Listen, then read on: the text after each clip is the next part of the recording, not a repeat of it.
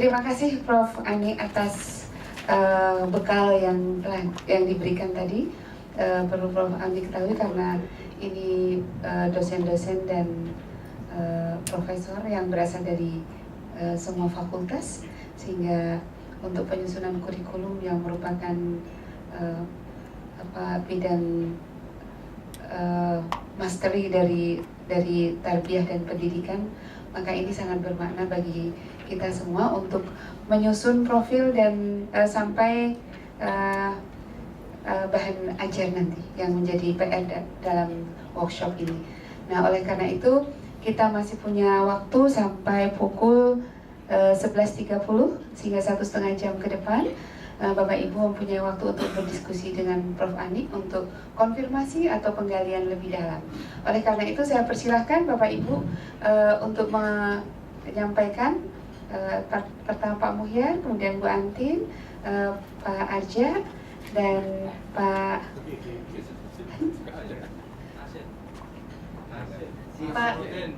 Nasir, Prof. Irfan.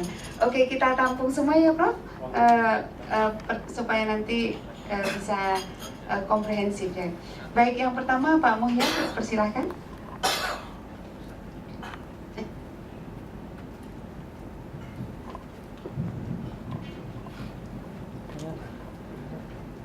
Terima kasih moderator. Prof. Anik, saya menikmati paparan Prof. Anik karena saya pribadi itu bukan dari tarbiyah atau fakultas pendidikan, sehingga sepertinya YIN salah menugaskan kami di pokja akademik. Tetapi dengan mendengar uraian Prof. Anik ini kayaknya berat juga tugas kita. Saya menyiapkan 4 pertanyaan, Prof. Ini mohon tidak ditertawakan teman-teman. Ini pertanyaan ini mungkin agak sederhana ya. Yang pertama, kami merasakan bahwa titik terlemah IAIN yang UIN ini adalah tracer study pada saat harus menyusun kurikulum. Karena alumni kita sering tidak terlacak dan memang belum terlacak dengan baik.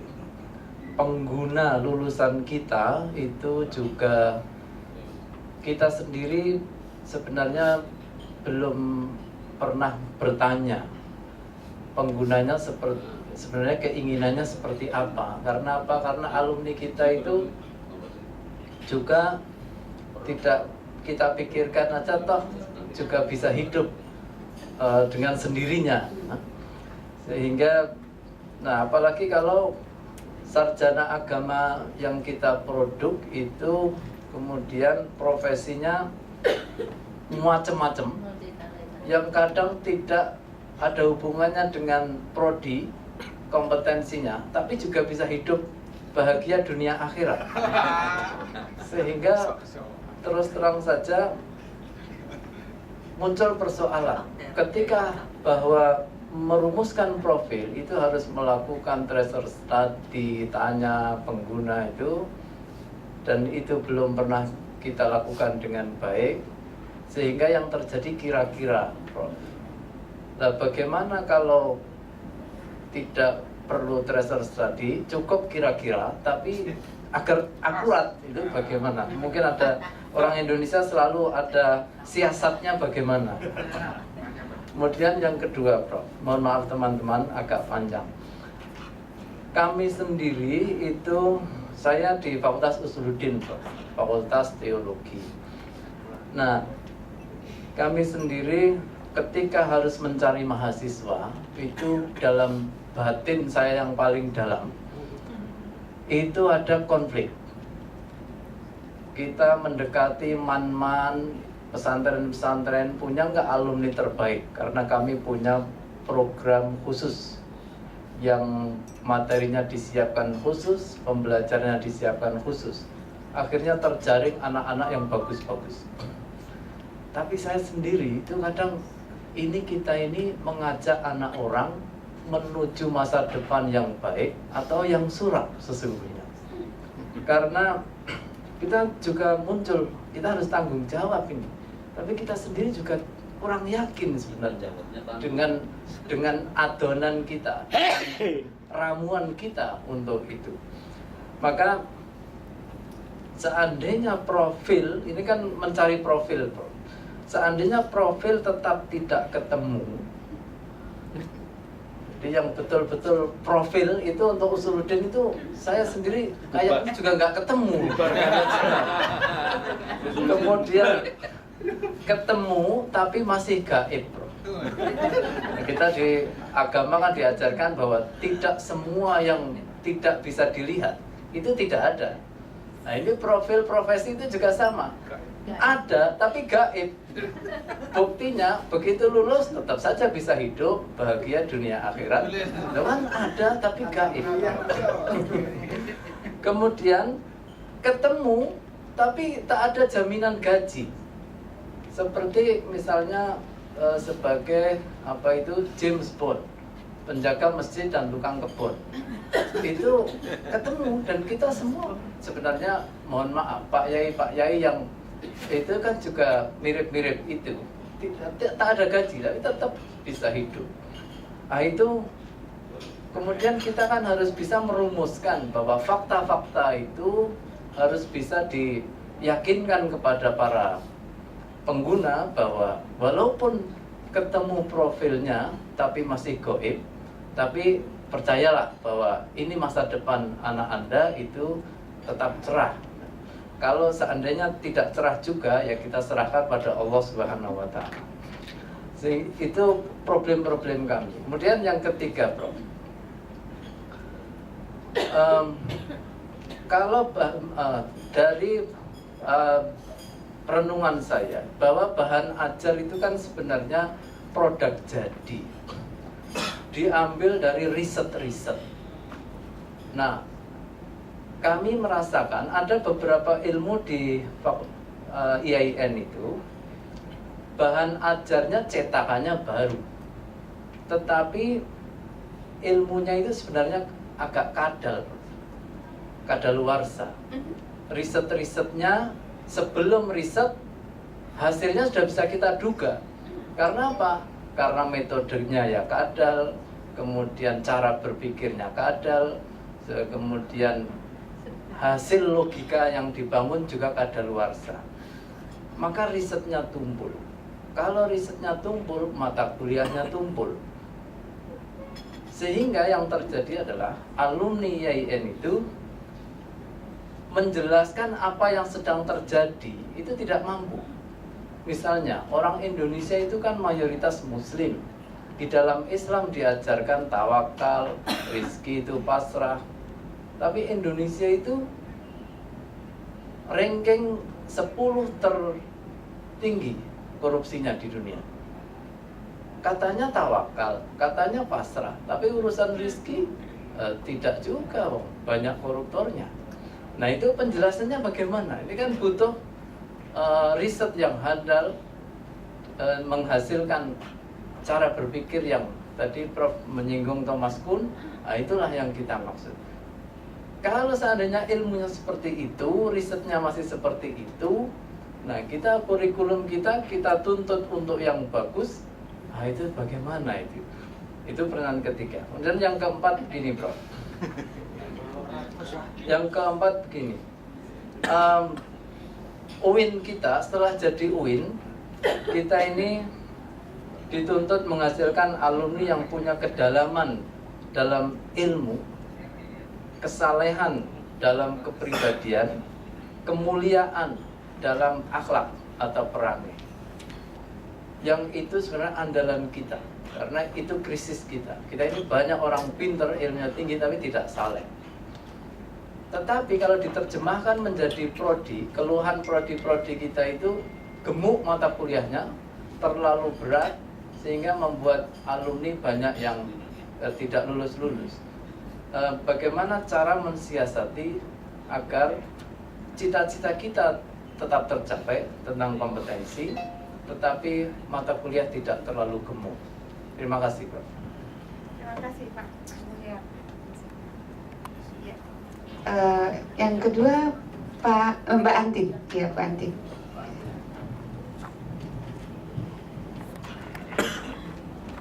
Terima kasih. Mohon maaf Prof, ada dua permasalahan yang ingin kami klarifikasi. Yang pertama, yang terkait dengan profil lulusan. Ini tadi kami di Fakultas Syariah ketika sharing itu ada beberapa yang berbeda berdasarkan rujukan yang berbeda. Jadi kalau profil lulusan yang misalnya saja ada yang menulisnya langsung terkait dengan prodi. Jadi profil lulusan itu didasarkan pada tadi kompetensi yang ada di prodi. Jadi kalau kami dari hukum perdata Islam misalnya saja, jadi profil lulusannya ya ahli di bidang hukum perdata Islam, kemudian praktisi peradilan agama, kemudian penyuluh. Tetapi ada juga tadi seperti profil lulusan punya Falak itu dia menggunakan ada profil utama, ada profil tambahan, gitu kan. Dan ada profil apa lagi ya Pak Jaya. Jadi ini mohon nanti mungkin arahan dari Prof. Sebenarnya yang bagaimana gitu, itu yang sesuai dengan KKNI itu. Kemudian sebenarnya profil lulusan yang terkait mungkin nanti dengan beberapa mata kuliah itu kami kalau di Fakultas Syariah itu beberapa sudah dilakukan berdasarkan tracer study dalam penyusunan mata kuliah. Sehingga misalnya kalau kami di AS itu setelah bertanya kepada beberapa hakim bahwa mata kuliah membahas kitab itu sangat penting misalnya, maka kemudian yang pernah kami hilangkan atau pernah dipilihan dinaikkan lagi menjadi utama.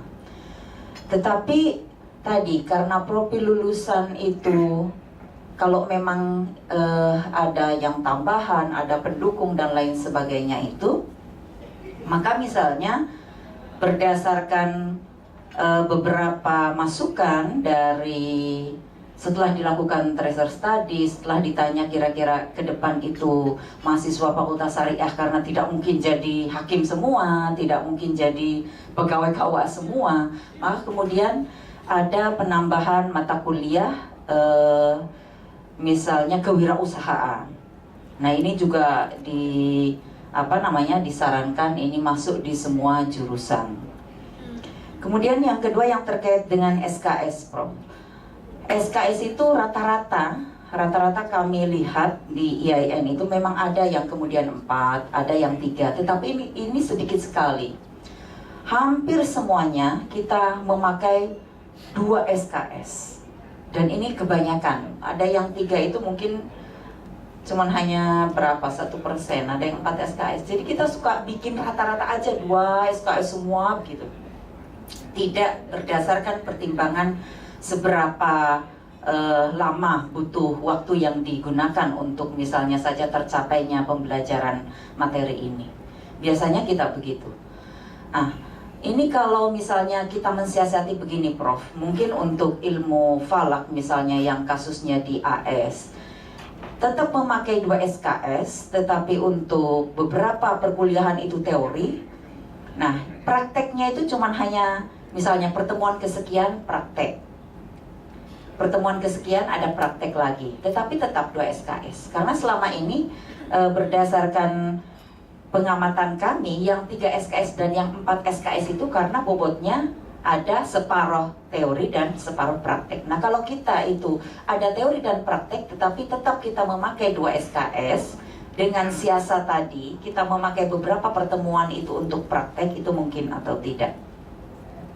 Yang terakhir itu kami tidak ke Prof, mungkin ke ini aja bagian kurikulum, mungkin ini Pak Mukhyar dan Bu Eli gitu ya. Untuk kurikulum ini bagusnya kita, karena kalau dilihat dari yang kemarin dibagikan, ini sistematikanya kan macam-macam, ini nano-nano tergantung dari sense dan selera dari prodi gitu ya. Nanti mungkin diseragamkan gitu.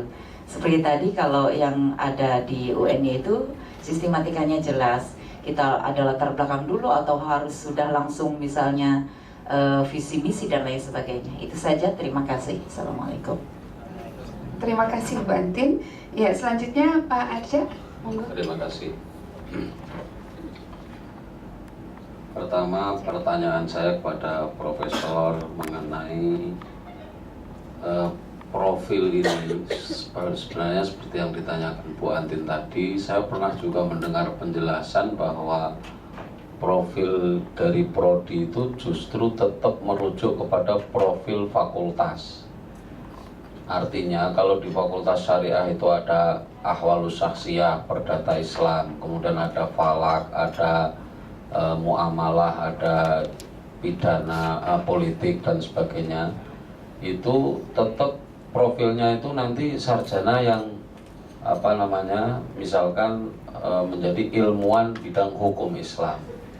Hanya saja kemudian ada hal-hal spesifik di dalam prodi. Nah, penentuan spesifikasi itu kemudian saya juga belum tahu persis, katanya justru nanti struktur mata kuliah di prodi itu tidak boleh lebih dari 24% dari mata kuliah dari yang bersifat kefakultasan. Padahal ide kita dari kemarin itu justru prodi itu untuk lebih bisa menekankan aspek kekhususannya itu lebih ditonjolkan dengan mengurangi mata kuliah institut atau MKD gitu. Ini yang benar itu sebenarnya bagaimana? Yang kedua, kita ini di IAIN, Pak, dalam rangka merujuk kepada KKNI, di mana program S1 itu adalah mengacu kepada level yang ke-6. Kita tahu bahwa di dalam proses perujukan kepada kerangka kualifikasi level 6 itu kan sudah ada deskripsi generik yang sudah disusun di dalam peraturan itu. Kesulitannya adalah ketika bagaimana teknik untuk melakukan deskripsi spesifik pada prodi-prodi merujuk kepada deskripsi generik yang kadang-kadang tidak nyambung dengan program keilmuan kita.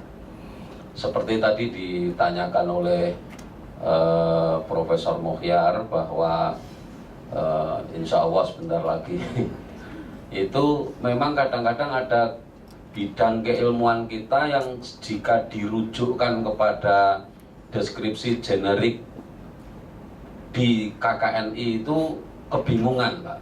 Misalkan dalam deskripsi generik ada mampu memanfaatkan iptek dalam bidang keahliannya dan mampu beradaptasi dalam situasi yang dihadapi dalam penyelesaian masalah. Pemanfaatan iptek dalam studi perbandingan agama misalnya itu kaitannya terus bagaimana? Mungkin kalau dalam bidang dakwah, dalam bidang ilmu falak ini masih nyambung fakultas-fakultas yang yang insya Allah terus berkembang ya. Fakultas-fakultas di Usuluddin ini kan kasihan kalau nggak bisa disambungkan kepada deskripsi generik yang ada di level 6 pada masing-masing kualifikasi capaian dan sebagainya. Lalu kemudian ini berarti kalau melihat penjelasan Prof tadi, workshop kita ini ya selesai sampai di sini, kita melakukan tracer studies dulu, baru kemudian nanti rapat lagi 1 bulan lagi menyusun profil agar benar. Kalau ini dilanjutkan berarti kita memang perlu tadi yang ditanyakan Pak Mohyar itu, kita ini menjadi penyusun profil yang benar-benar kita menjadi prodi yang benar-benar penyusun profil yang futuristik luar biasa tanpa harus melakukan tracer studies, tanpa berkonsultasi dengan komunitas keilmuan yang sejenis itu, tapi kita kemudian bisa merumuskan. Tapi itu mungkin hebatnya kita nanti IAIN Wali Songo. Dan yang sulit lagi adalah di prodi ilmu falak ini Prof, satu-satunya di Indonesia, UIN di Indonesia dan IAIN serta STAIN di Indonesia ini prodi ilmu falak baru satu-satunya.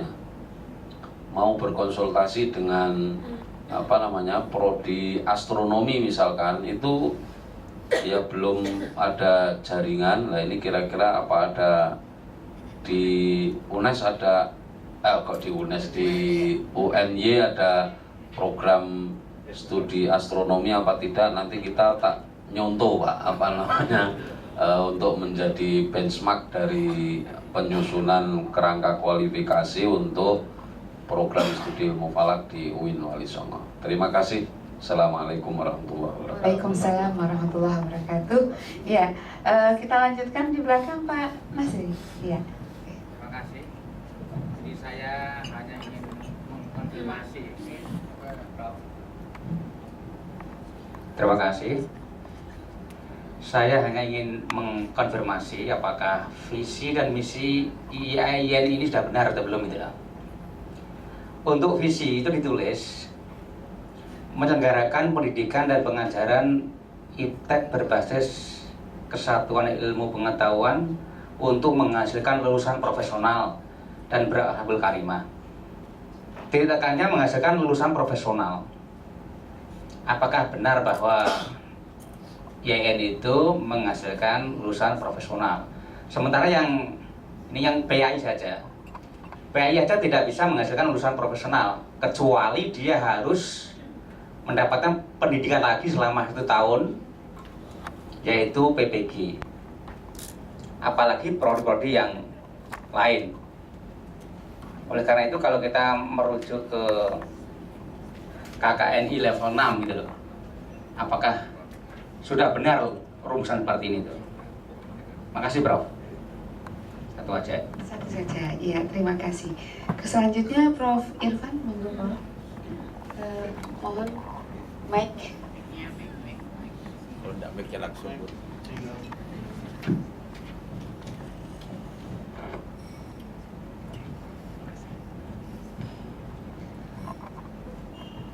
Terima kasih. Ada 3 hal Prof yang saya ingin tanyakan di sini. Yang pertama, kalau tidak keliru perkembangan mengenai tata letak domain yang ada sekarang itu, kalau dulu kan kognitif, kemudian afektif, baru psikomotorik.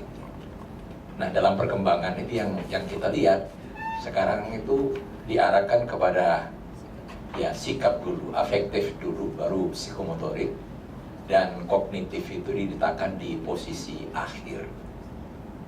Nah, dalam hal yang seperti itu, sebetulnya cara kita melihat dan menilai terbaik gitu untuk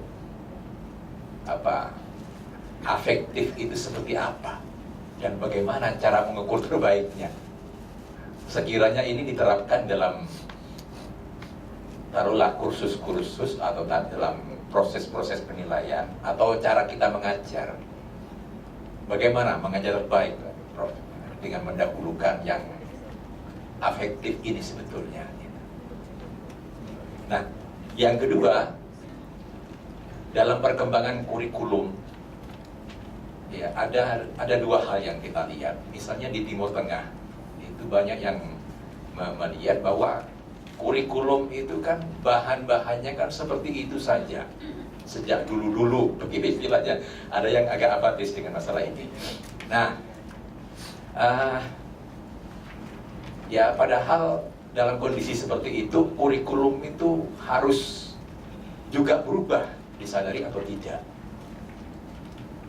Nah, mungkin hal yang harus kita jawab, kan dalam agama Islam itu atau ajaran Islam itu ajaran itu mesti berubah, dan karena yang berubah itu interpretasinya atau pemahamannya. Nah, dalam hal pengembangan kurikulum itu apa sebetulnya Prof yang harus tetap ada dan itu tetap sifatnya? Yang kedua, dan apa yang harus berubah? Karena dalam kurikulum yang dulu-dulu kan belum dikenal Prof. Seperti KKNI. Malah kawan-kawan yang tanya KKNI itu apa? KKN Indonesia yang ada yang sampai seperti itu, Bro. Karena kurikulum kita ini istilah-istilah kok berkembang sedemikian rupa. Dan kira-kira yang begini ini, Prof, dalam perkembangan seperti di Inggris ada enggak ini? Atau ini hanya corak Amerika atau corak mana lagi, Prof, ini? Ya. Nah, kita kok seperti itu kurikulum berkembang begitu. Nah, jadi yang tetap apa dan yang berubah itu dalam hal-hal apa misalnya, Prof, yang mesti dilihat. Nah, yang terakhir dalam hal melihat visi misi, kita sering menyebut ungkapan daya saing, ya, ungkapan juga kompetitif. Taruhlah ada ungkapan YN itu ada ungkapan terdepan. Bagaimana, Prof, cara mengukur ungkapan-ungkapan seperti ini? Ya, berdaya saing tinggi, umpamanya begitu. Ya. Kita lihat juga kompetitif, ada terdepan. Nah, kalau terdepan itu ngukurnya gimana itu? Nah, terdepan di sini nanti jangan kemajon, itu ada ungkapan-ungkapan kemajon itu. Nah, mohon penjelasan ini, Prof, berkait dengan 3 ungkapan ini. Karena kami walaupun bagaimana kan harus juga membuat gitu. Dan yang terbaik dari 3 ungkapan ini yang mana yang untuk kita pegangi dan kita gunakan dengan unggul, umpamanya. Mana yang terbaik dari ungkapan ini dan mengukurnya bagaimana itu. Ya, saya kira kita butuh bantuan ini dalam hal yang terkait ini. Terima kasih. Assalamualaikum warahmatullahi wabarakatuh. Waalaikumsalam warahmatullahi wabarakatuh. Sepertinya sudah semua, Prof. Ya, ada 5 penanya. Waktu sepenuhnya saya persilahkan pada Prof untuk memberikan jawaban. Terima kasih. Saya ingin coba menjawab untuk Bapak yang terakhir dulu sampai lain. Mumpung saya di depan dari sini. Mohon Bapak Ibu yang ingin menikmati break bisa langsung dibawa ke dalam saja supaya proses terus berjalan. Jadi itu saja.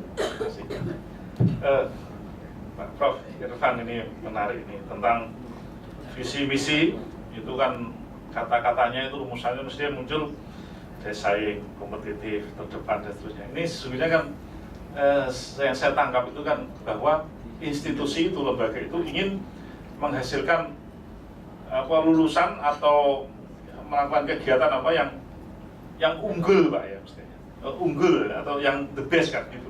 Terus disebut daya saing tinggi, itu paling tidak kan dia bisa apa, Pak, ya punya nilai lebih dibanding lain-lainnya. Terus juga mungkin kompetitif, namanya kompetitif itu juga demikian, bisa ngalahkan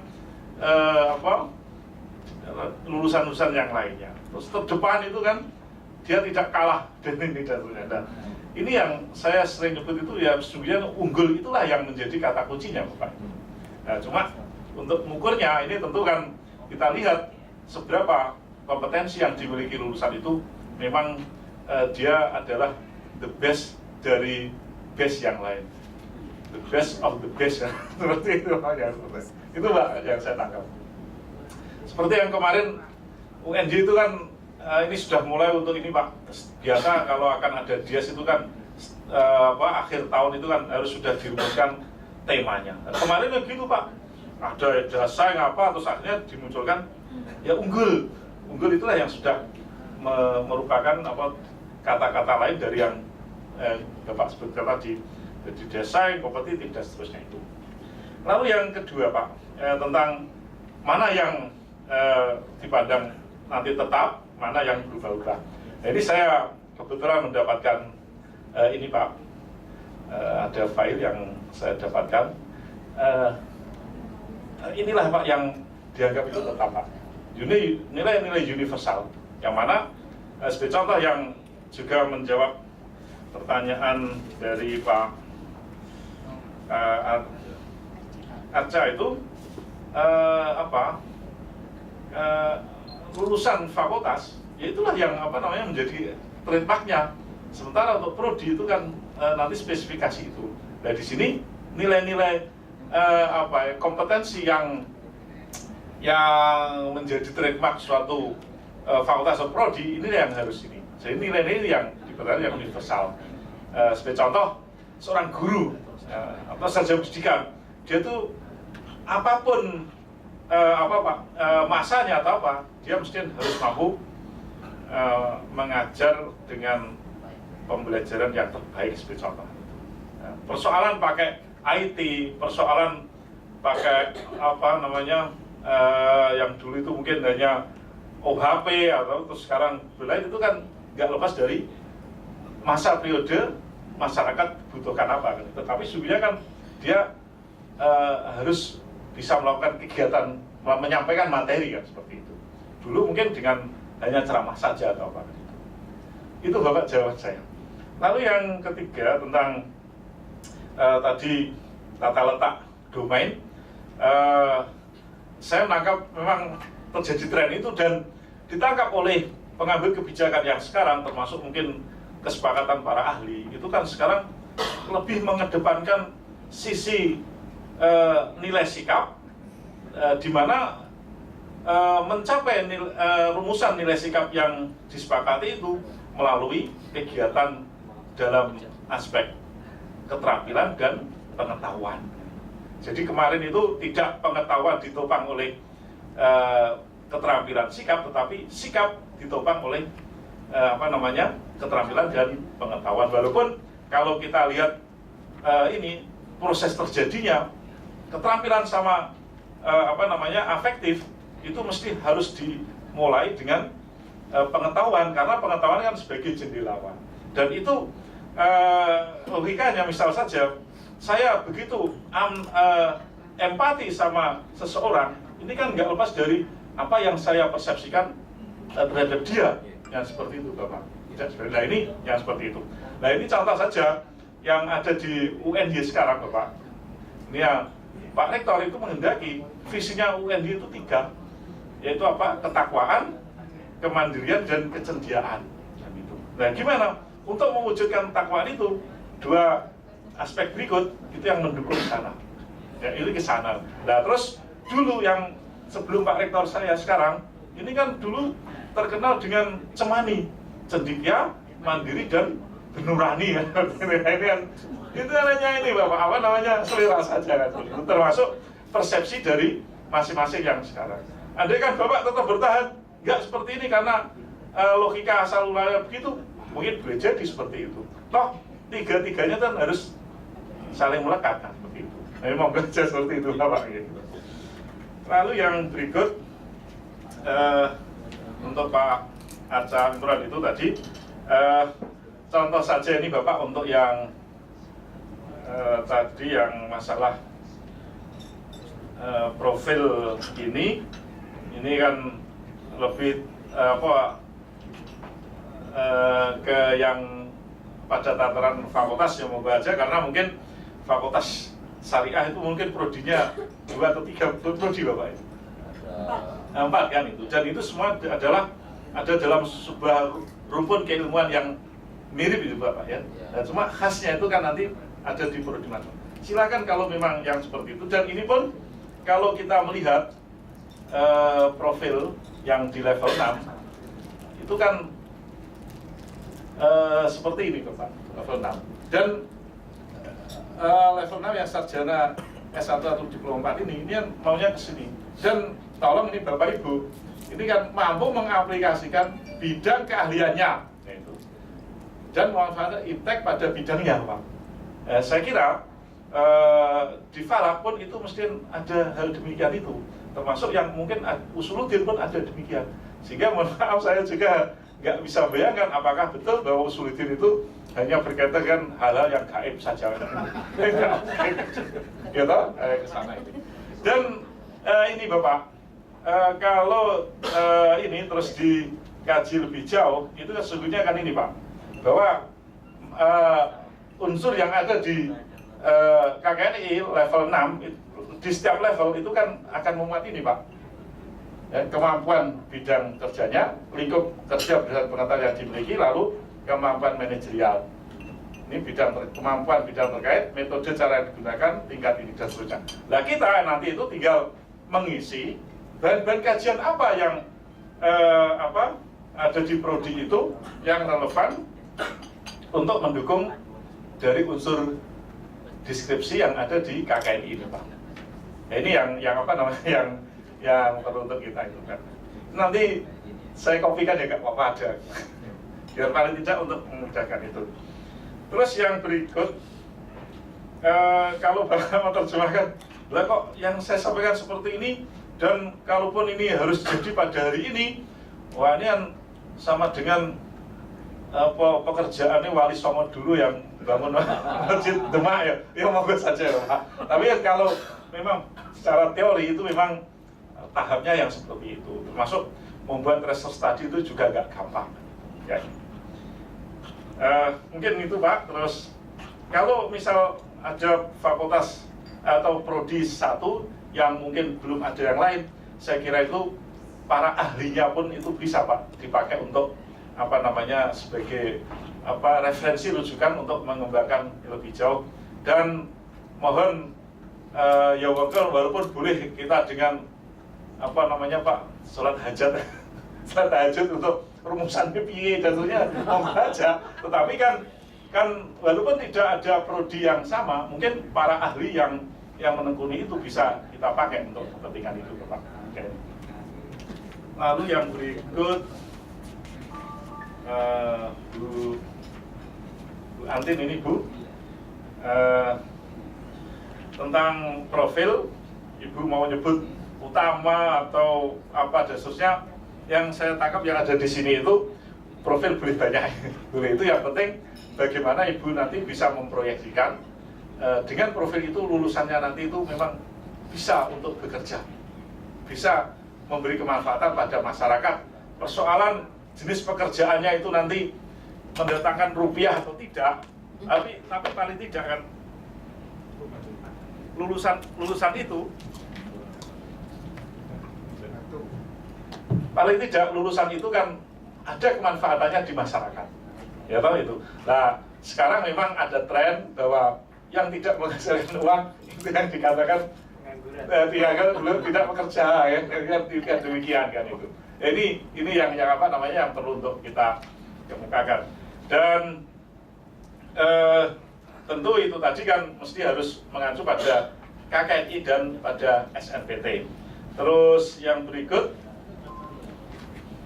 kalau Ibu menambahkan kewirausahaan atau apa ya monggo, tetapi kewirausahaan itu kalau bisa itu ya tetap masih dalam bingkai atau lingkup program studinya seperti itu.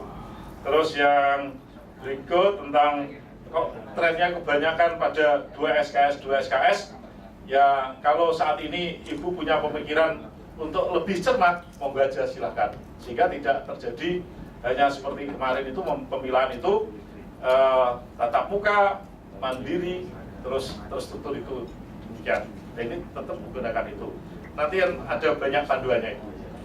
Terus yang berikut, kalau mungkin akan ada keseragaman dasarnya, saya silakan pada task force ini, dan saya setuju kalau ada keseragaman itu jauh lebih baik karena kita kan uniform kan.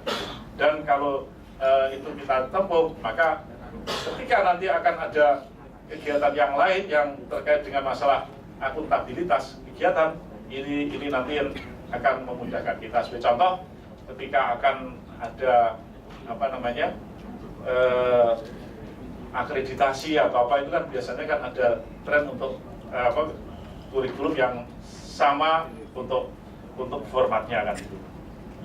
Lalu yang Pak Mukhyar, ini research study memang sebaiknya kita lakukan Pak. Dan tadi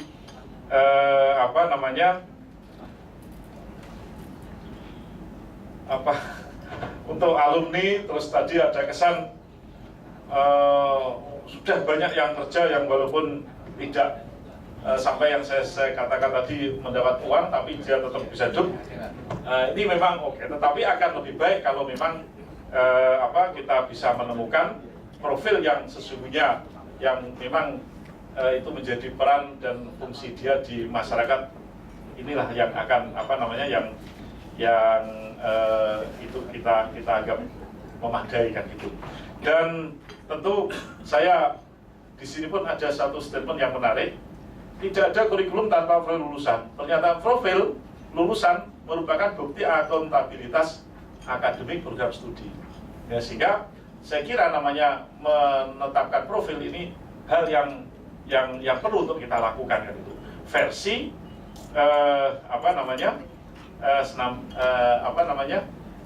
versi dari Task Force Direktorat Belmawa Dikti dan seterusnya. Ini sebenarnya yang namanya terstudi itu mesti harus kita lakukan, walaupun Bapak dan Ibu susah untuk melakukannya, karena mungkin kita mendatangi atau mendatangkan lulusan itu juga tidak gampang, kan? Ya, paling tidak orang-orang yang atau alumni-alumni yang masih peduli terhadap alumni, terhadap alma mater, inilah yang akan kita jangkau, kan itu.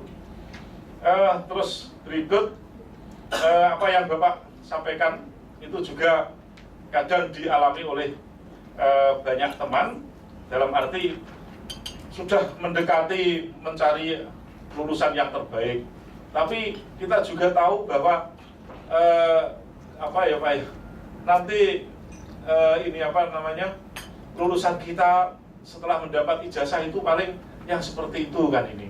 Nah, inilah saya justru ingin mengajak atau bareng-bareng untuk bagaimana anak-anak yang lulusan baik itu kita himpun, kita masukkan pada jurusan kita, dan tentu kita mesti paling tidak itu menggaransi tentang kompetensi atau kualifikasi lulusannya itu untuk mungkin bisa bermanfaat atau memberi kemanfaatan pada masyarakat, walaupun tidak harus imbalannya itu dengan rupiah atau dengan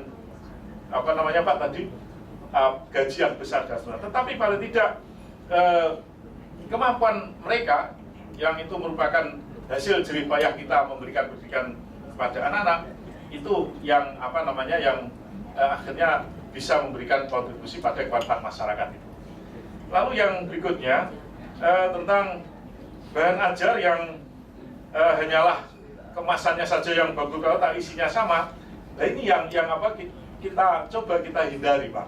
Justru dengan kita melakukan kajian-kajian atau penyempurnaan dan kurikulum, dan tentu itu nanti menyentuh kepada bahan kajiannya, justru ini yang akan kita itukan, sehingga bahan-bahan yang kita tawarkan, yang kita organisir, ini tentu adalah bahan-bahan kajian yang bisa mendukung terhadap terwujudnya capaian pembelajaran, dan itu tentu sejalan dengan profil yang kita yang kita rumuskan yang terbaru itu. Tadi saya sudah menyampaikan bahwa bahan kajian itu nanti akan berubah-ubah menyesuaikan dengan capaian pembelajarannya. Tetapi walaupun demikian ada hal yang tetap sama, yaitu tentang core-nya itu tadi, Pak. Terus yang berikut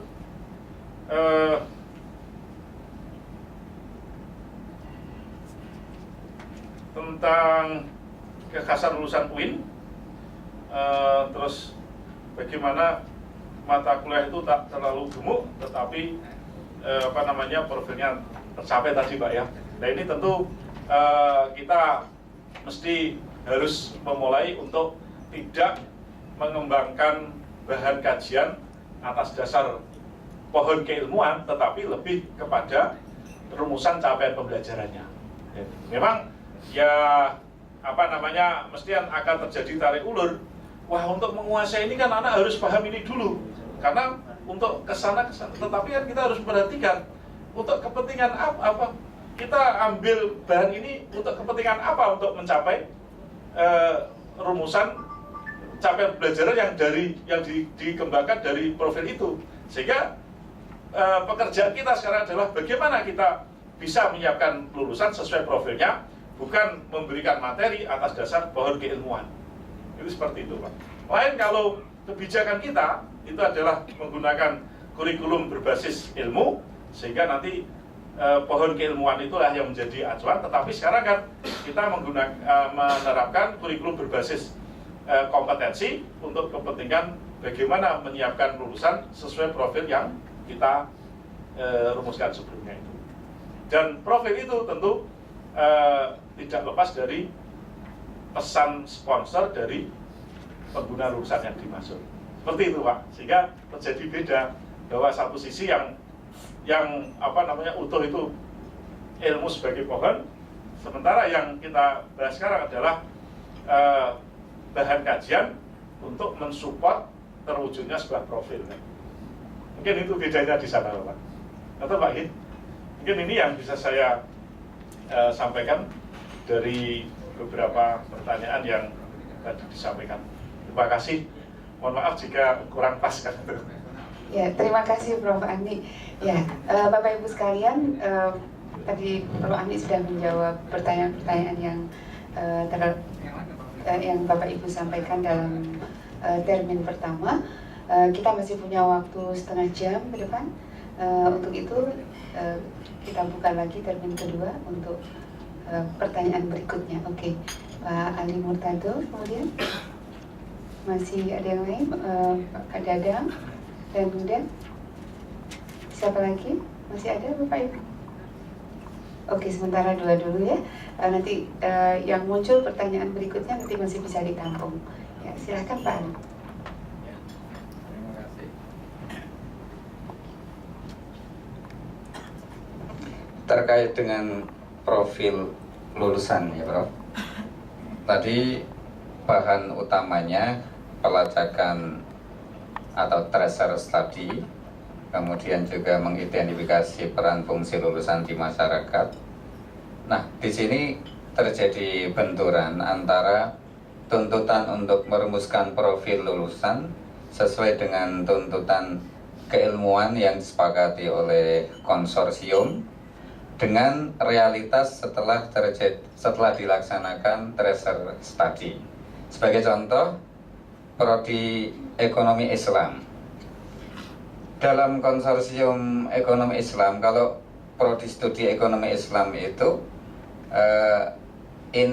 spesifikasinya ke ilmu ekonomi dan studi pembangunan Islam, sehingga profilnya mestinya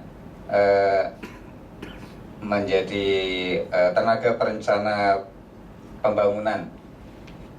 Tetapi realitanya dalam tracer study yang pernah dilakukan oleh prodi ekonomi Islam, kebanyakan lulusan itu praktisi perbankan, BMT, dan lembaga keuangan yang lain, yang itu sebetulnya profil prodi perbankan syariah.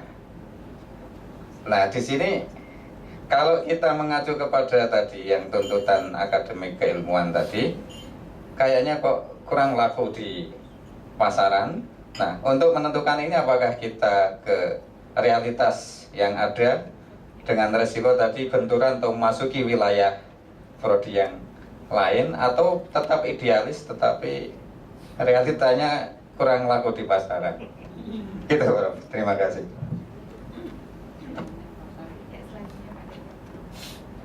Terima kasih.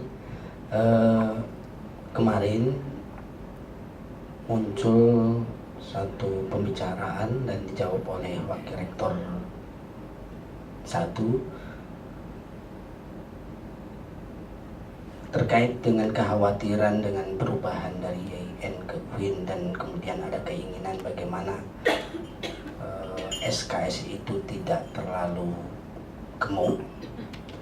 Maka salah satunya dengan keinginan misalnya bagaimana profil lulusan itu tetap memiliki sisi-sisi religiusitas yang bisa dijaga dengan penambahan tadi berbagai tuntutan yang lain, maka muncul salah satunya adalah hidden curriculum. Tapi terus terang saja kita di prodi juga agak kesulitan gitu untuk merumuskan hidden curriculum ini, baik di tingkat perumusannya ataupun juga aplikasinya. Barangkali Prof. Anda bisa memberikan contoh pengalaman dari UNY terkait dengan adanya hidden curriculum ini. Terima kasih. Baik, masih ada yang lain? Bapak Ibu sekalian, sebelum kita tutup program yang kedua ini. Oke, jika sudah Bapak Ibu, sampun Prof. Ani, demikian dua penanya. Ya, Pak Ali Murtado dan Pak Bedang. Oke, makasih Pak Ali. Ini cara yang bisa saya ini ya. Menurut saya itu Bapak melakukan kompromi antara kesepakatan antara temuan dari atau bahan dari pengguna lulusan dan konsorsium. Ini. Kalau Bapak mengambil sisi dari ini pengguna lulusan, ini kan mesti ketemunya kan bahwa yang yang berkembang di market, di pasar itu kan ilmunya bertentangan atau tidak relevan dengan visi dari prodi. Dan tadi dicontohkan seperti tadi itu tentang ekonomi pembangunan, yaitu ilmu ekonomi dan studi pembangunan Islam kan seperti itu. Inilah yang perlu untuk dibuat bagaimana kompromi. Ini sebabnya tadi saya kemukakan sebagaimana yang sudah merupakan rambu-rambu. Tolong bahwa profil itu nanti hasil akhirnya itu harus merupakan sebuah kesepakatan. Boleh jadi karena tren yang ada di masyarakat atau di pasar itu adalah seperti yang Bapak kemukakan tadi sebagai praktisi perbankan syariah dan seterusnya. Sementara yang dibangun di prodi itu berbeda, maka mungkin titik-titik yang ada di pasar itulah yang mungkin nanti bisa dijadikan bahan untuk mengembangkan kurikulum yang lebih aplikatif jika dibanding kalau kita terus membiarkan, artinya tidak harus ada perubahan, toh nanti anak lulusan itu lah. Nah inilah yang nanti akhirnya bahan-bahan atau materi-materi yang berkembang yang terjadi, yang ada, yang sudah dimiliki anak-anak itu nanti tidak ada kemanfaatannya di dunia kerjanya itu. Nah, saran saya adalah bagaimana Bapak bisa melakukan kompromi antara pengguna lulusan dengan konsorsium atau dewan dosen yang ada di prodi itu dan seterusnya. Ini saran. Lalu yang kedua dari Pak Dadang tentang penegasan atau yang menjadi titik perhatian Pak BR yang terkait dengan profil lulusan itu tetap mempertahankan sisi religiositasnya itu, saya juga sepakat sehingga tidak terwujud adanya SKS yang terlalu gemuk. Dan caranya tadi dengan hidden kurikulum. Nah ini contoh yang ada di UNJ itu kan ini Pak, tentang pendidikan karakter. Dan karakter itu kan serta-merta jelas tidak akan itu merupakan mata kuliah tersendiri Pak, gitu. Tetapi harus terintegrasi di dalam setiap tindakan sivitas akademika, baik di dalam kelas maupun yang di luar kelas. Dan disitulah letak adanya hidden kurikulum untuk mewujudkan visinya UNJ tadi, yaitu berkarakter, ketakwaan, terus kemandirian dan kecendekiaannya itu yang sana. Jadi satu sisi tidak akan menjadikan SKS gemuk, namun sisi lain visi kami UNJ itu bisa terwujud. Saya pernah mendapatkan pengalaman Pak. Kita itu sebaiknya itu menggunakan Pak, atau mengambil jumlah SKS itu yang minimal saja. Kalau mungkin sarjana itu berapa 144 ya sudah itu, nggak usah lebih. Karena mahasiswa itu mesti akan protes Pak. Kenapa 144 boleh, yang lain harus sekian? Dan ini nanti yang menjadi tidak favorit kita, tidak populer kita. Kenapa? Karena itu tadi mahasiswa 144 aja sudah jadi sarjana kok untuk prodi yang lain harus sekian ya. Kecuali kalau memang ada kesepakatan secara seluruhnya itu mungkin ambil 160 atau apa. Memang ada ketentuan kan 114 sampai 160 kan seperti itu. Tapi lebih baik kalau kita ambil yang 144 itu Pak. Mungkin ini Pak apa yang saya sampaikan untuk menjawab dua pertanyaan dari Pak Ali dan dari Pak Dadang. Terima kasih. Ya, terima kasih Prof. Ani atas semua jawabannya. Saya masih menawarkan lagi jika masih ada yang tertinggal yang ingin diklarifikasi dan diperdalam dari Prof. Ani, kita masih punya waktu. Oh ya, Pak Khairul ini.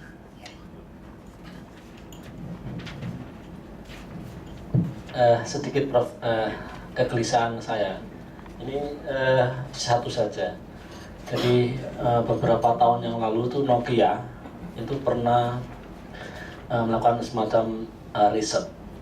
Kesimpulannya, jadi kontribusi perguruan tinggi atau kuliah itu terhadap dunia kerja, pengetahuannya itu hanya 10%.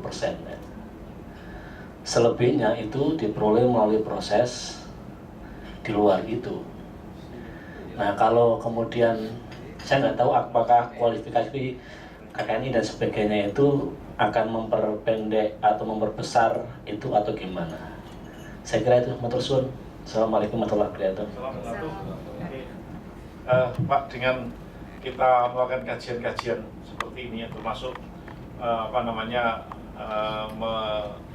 merumuskan kompetensi dengan mengacu KKNI dan SNPT, ini maunya untuk meminimalkan temuan yang tadi. Walaupun realnya seringkali apa yang terjadi atau berkembang di kampus, di prodi, itu kadang-kadang enggak sama sekali mendukung terhadap tuntutan kerja. Memang saya menurut. Nah, maunya itu kan dengan mengawalinya untuk menentukan profil, itu tanya pengguna lulusan, itu Pak.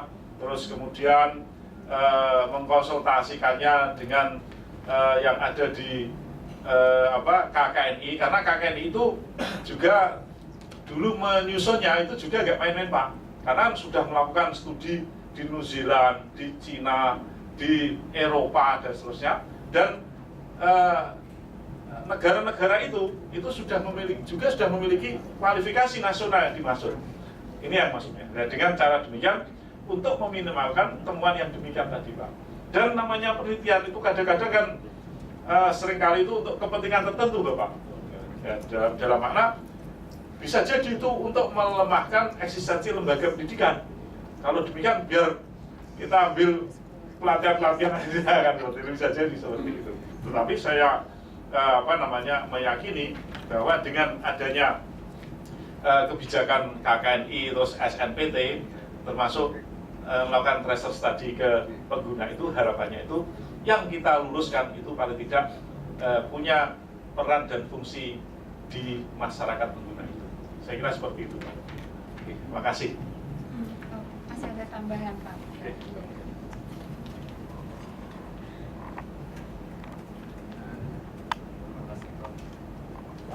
Mohon maaf, tanduk ini Pak. Tadi malam saya ngobrol sama Prof. Ibnu, itu Prof. Ibnu menyatakan begini, dari sekian perguruan tinggi kita, itu yang paling hebat itu adalah ITB. Karena ITB itu lulusannya mengantarkan, yang paling hebat itu Unpad. Unpad. Yang mengenaskan itu UI. UI itu tidak ada alumninya yang bisa jadi presiden. Tidak ada sampai hari ini. UGM itu juga mengenaskan, karena sudah ngirim profesor, itu aja rakyat menolaknya untuk jadi presiden. Pak Amin Rais kan nggak jadi. Kemudian Pak Jokowi jadi. Oh iya, itu kan bukan profesornya. Kalau profesornya itu malah nggak jadi Pak. Kemudian yang ITB itu lulusannya bisa jadi presiden, yaitu Pak Karno. Yang paling hebat memang Unpad. Itu DO aja bisa jadi presiden. Megawati itu katanya DO. Saya baru tahu tadi malam itu. Tahu kartunya Bu Megawati. Nah, kami itu sekarang menghadapi sudah 6 UIN dan akan bertambah UIN. Bagi kami, bahwa karena umur kita terbatas untuk mengabdi dan waktu kita terbatas, maka kan kita harus memproduk sesuatu yang unik, segmennya jelas, bidikan kita pas, sehingga begitu kita lakukan selama 30 tahun, masyarakat menikmati hasilnya. Singapura misalnya, Prof. Singapura itu kan sadar diri, dia tidak punya gunung, tidak punya sungai, tidak punya lautan. Begitu menghidupkan pariwisata, segmennya jelas, bidikannya pas, dia adalah bisnis jasa. Maka ada pertemuan CEO itu tingkat dunia milihnya Singapura bukan ke Indonesia, karena tahu macetnya aja gila nih katanya. Sehingga ini, nah kami itu ingin kurikulum kita nanti itu punya keunikan dan berbeda dengan UIN Jogja, UIN Malang, UIN Jakarta, sehingga tidak usah otoriter memaksa rakyat, masyarakat untuk memilih kita, tapi masyarakat itu mengakui bahwa kita itu punya otoritatif untuk menghasilkan alumni yang betul-betul bisa dipercaya dan punya tadi kedalaman ilmu yang ditekuninya, kesalehan amal, kemudian kemuliaan akhlak. Nah, memang terus terang dari visi dan misi kita itu diharapkan bisa menginspirasikan kita semua yang di forum ini untuk menemukan keunikan-keunikan itu. Kita ini begini, Prof, diskusi-diskusi sudah panjang di Pokja Akademik dan melibatkan banyak dosen. Kita ingin mengembangkan paradigma yang bernama Unity of Science, yaitu kesatuan ilmu, bahwa ilmu apapun itu seperti di Amerika, di negara Amerika itu, bahwa boleh beda-beda ilmunya, tapi diikat oleh satu hal, yaitu bahwa ilmu itu mengantarkan pengkajinya dekat dengan Tuhannya. Karena ini filosofi yang kita kembangkan. Maka nanti kita suatu saat punya fakultas kedokteran, itu ya kedokteran itu menganggap para dokter itu knowledge is responsibility to God, bukan knowledge is power. Ilmu kedokterannya bukan untuk sekedar cari uang, tapi untuk menunaikan tugas ketuhanannya. Nah, itu memang ini UIN-UIN yang ada itu arahnya ke sana. Tapi kami yakin suatu saat pasti kita menemukan nilai lebih kita. Karena apa, Prof? Dari 3 UIN yang kami kaji itu UIN Jakarta, UIN Jogja, UIN Semarang, yang paling tidak jelas ini UIN Jakarta. Karena UIN Jakarta itu ternyata Fakultas Saintek itu dia juga sudah punya fakultas kedokteran. Kalau ditanya sebenarnya bedanya alumni Anda dengan alumni UI itu apa? Nggak beda juga. Podo-podo raiso ngajine dan entah kedokterannya ketangkep apa tidak. Nah, itu juga mereka sendiri juga mengakui bahwa kami belum bisa. Tapi kalau UIN Jogja itu filosofinya sudah bagus, tinggal aplikasinya seperti apa. UIN Malang itu kayaknya lebih menukik lagi. Dia merancang kurikulum sedemikian rupa. Kata UIN Malang itu, kita omong kosong kalau ingin mencetak ilmuwan muslim, kalau bahasa Arab saja nggak bisa. Maka bahasa Arab dibikin 12 SKS, tapi prakteknya 30 SKS, Pak. Karena ada hidden curriculum. Nah, kita ini tentu tidak baik kalau hanya niru sana, niru sini. kita ini sudah punya 3 strategi bagaimana ilmu-ilmu keislaman yang sudah 40 tahun kita kembangkan itu bisa semakin membumi, dekat dengan masyarakat dan betul-betul menyelesaikan masalah kemasyarakatan, minimal mengurangi jumlah depresi di masyarakat kita. Bahwa dosennya depresi, itu lain soal. Kemudian itu karakteristik pertama. Kemudian yang kedua itu ini bro, spiritualisasi atas ilmu-ilmu sains. Sehingga ilmu sains yang jauh dari Tuhan itu mau disuntik dengan ruh ketuhanan. Kemudian yang ketiga yaitu revitalisasi local wisdom, yaitu melakukan penghidupan kembali apa yang kita sebut dengan local wisdom. Sehingga 3 strategi itu kita harapkan menjadi nilai beda pada kurikulum kita. Cuman Prof, karena kami itu tidak memiliki ilmu yang cukup, bagaimana mengejawantahkan cita-cita ideal itu, visi-visi yang abstrak itu ke dalam tahapan-tahapan yang tadi Prof jelaskan itu. Maka memang ini kegelisahan kita dan saya harap semua teman itu masuk ke sini dalam diskusi-diskusi ke depan untuk 2 tahap workshop ini. Terima kasih. Saya coba jawab Pak. Memang plesetan-plesetan itu muncul Pak ya. Sekarang yang berbahagia itu UGM, karena banyak alumni yang jadi pimpinan, termasuk Gubernur Semarang itu sekarang kan, Gubernur Jawa Tengah itu kan sekarang menjadi nih Ketua Umum Kagama Pak, karena beliau alumni UGM, menggantikan Pak Sri Sultan. Sekdanya Pak, bukan Pak Ganjar. Pak Ganjar Pak. Kira-kira Pak Ganjar itu. Saya kemarin baca di KR gitu. Dan saya salah. Ini. Lalu sebetulnya yang paling hebat Pak, bukan perguruan tinggi sebetulnya yang paling hebat, itu adalah SMA 1 Jogja. Iya, SMA Teladan. Kenapa?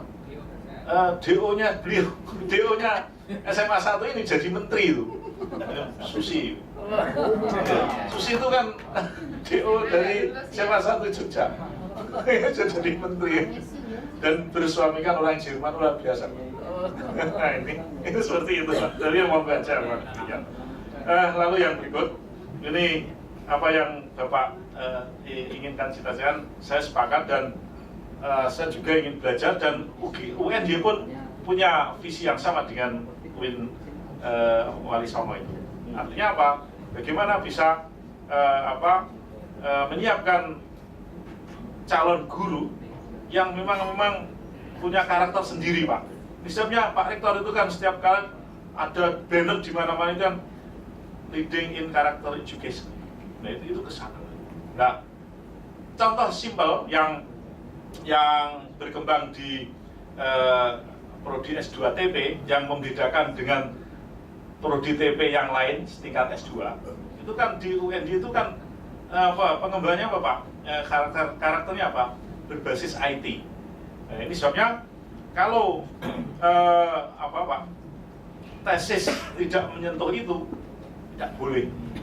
Nah, ya, termasuk tidak boleh dosen yang mengajar di S2 TP itu yang tidak basis e-learning itu Pak.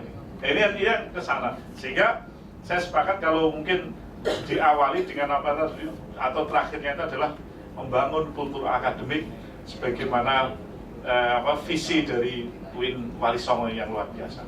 Sehingga anak-anak atau warga masyarakat siapapun yang pernah menikmati atau pernah studi di sini ini punya bekas-bekas ke sana. Nah, ini juga pengalaman yang lain itu kan ini Pak, keinginan Pak Gubernur DIY Pak Sri Sultan itu kan terus dikemaslah dalam apa yang disebut sebagai kurikulum berbasis budaya. Ini artinya apa? memberikan bekal, memberikan pengalaman kepada semua anak yang pernah sekolah di Jogja itu tentang budaya-budaya khasnya Jogja. Dan itu tidak berkeinginan bahwa budaya aslinya dia atau nilai-nilai asli sana, misal saja orang Sunda, itu bukan berarti terus dihilangkan, bukan. Tapi paling tidak dia sudah pernah sekolah di Jogja dan pernah punya pengalaman itu. Nah ini yang yang mungkin kita Bapak dan Ibu bisa menyatukan langkah untuk bagaimana bisa membangun satu visi dan kristal terus membumi menjiwa pada semua sivitas akademika di UIN Wali Songo. Ini saya sepakat, UNJ pun sama satu visi Pak. Ini yang yang itu. Nah untuk S2TP kami itu kan sejak awal beda dengan yang ada di Universitas Negeri Malang atau yang ada di Jakarta. Ini beda. Nah ini yang ditempuh, dan memang untuk menuju ke sana itu kadang terkesan kok aneh kan itu. Tetapi kan kita memiliki visi yang demikian, dan banyak orang-orang yang atau mungkin institusi yang ke sana karena apa? Yang digandaki oleh Jakarta juga itu kan seolah-olah seperti ini. Ada peta itu loh Pak, peta keilmuan atau peta keahlian. Kalau ingin belajar ini ya di sana, kalau belajar ini di sana, kalau di sana, sehingga tidak sembarangan kan itu. Cuma ada problem besar untuk lulusannya itu.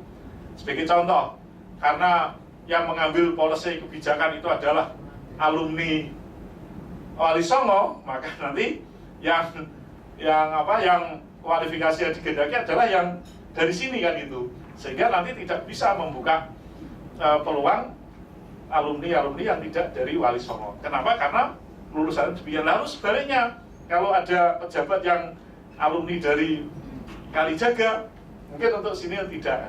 Nah ini ada kemungkinan peluang terjelek yang seperti itu. Karena itu kadang-kadang kan nggak lepas dari rumusan policy yang datang dari pengambil kebijakan yang alumni itu kan. Tapi sesungguhnya itu juga nggak jadi problem. Yang jelas bahwa kita sudah bisa menyiapkan lulusan dengan kekhasan-kekhasan yang itu tadi. Dan itu kalau terjadi itu sangat luar biasa. Sehingga orang akan melihat, oh petane ini dan seterusnya. Mungkin ini Pak yang saya sepakat apa yang Bapak sampaikan. Oke, terima kasih.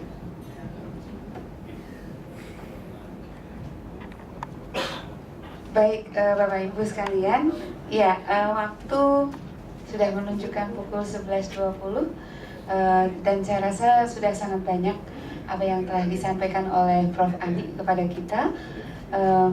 Satu poin, saya tidak akan menyimpulkan, tapi satu poin yang ingin kita tegaskan kembali bahwa ini pekerjaan kita bersama. Tadi Pak Muhyar mengatakan dalam umur kita yang terbatas, mudah-mudahan ini jadi amal akademik kita dalam menetapkan bata-bata pembangunan The Unity of Sciences, dan bagaimana rupa rumah Unity of Sciences itu semuanya dikembalikan kepada kita. Prof. Anep sudah memberikan desain sipilnya mungkin begitu. Nanti kita mengisi ke dalamnya supaya menjadi bangunan yang bagus. Ya, saya rasa itu yang bisa saya sampaikan, dan kami mengucapkan terima kasih banyak atas kehadiran Prof. Andi dengan memberikan banyak sekali pengetahuan kepada kita dalam kerangka untuk mempersiapkan profil sampai bahan ajar nanti yang akan Bapak Ibu selesaikan sampai sore, Prof. Andi, ya. Dan untuk itu kami hanya bisa mengucapkan terima kasih, dan kami mohon aplaus untuk Prof. Andi pada waktu ini. Ya, terima kasih. Kita akhiri sesi ini dengan bacaan hamdalah. Alhamdulillahirabbil alamin. Wassalamualaikum warahmatullahi wabarakatuh.